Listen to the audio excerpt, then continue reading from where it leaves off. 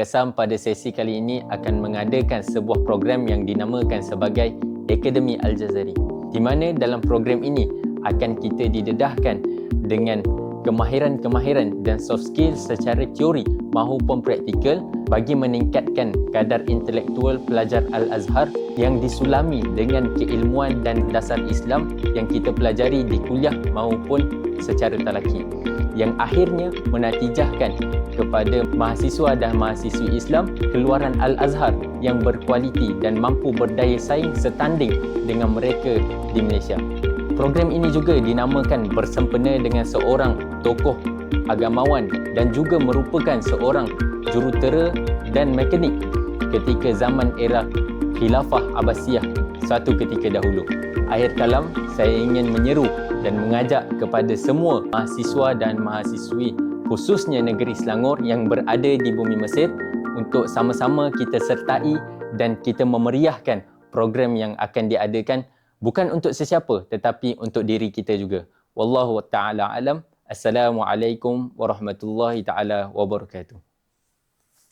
Alhamdulillahirabbil alamin wassalatu wassalamu ala Rasulillah wa ala alihi wa sahbihi wa man walah.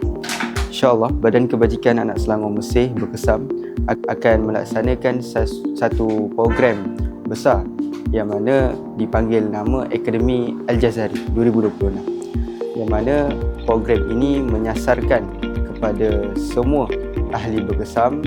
Pada sesi kali ini kita memfokuskan beberapa objektif. Yang pertamanya adalah kita ingin menyasarkan untuk pendedahan dan kesedaran buat ahli bahawa pentingnya ilmu luar kuliah. Dan objektif yang seterusnya kita menyasarkan untuk membina generasi pelapis yang menguasai bidang, khususnya beberapa bidang yang akan difokuskan di dalam kelas Akademi Al-Jazari. InsyaAllah Akademi Al-Jazari ini akan berlangsung selama 2 siri.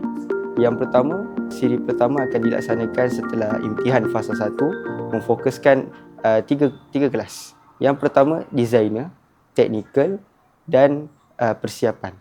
Yang mana untuk siri kedua kita akan laksanakan pada setelah imtihan fasa 2, menyasarkan 4 kelas.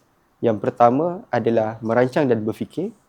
Yang kedua, pertukangan dan pembaikian. Seterusnya, kesetiausahaan. Dan akhir sekali, keusahawanan. Semoga dengan program yang kita akan laksanakan ini dapat dipermudahkan, dapat diberkati dan diridai oleh Allah Subhanahu Wa Taala. Dan saya ingin menyeru semua ahli berkesam untuk sama-sama menyertai dan meriahkan program kita pada sesi kali ini. Wallahu ta'ala alam. Assalamualaikum warahmatullahi wabarakatuh.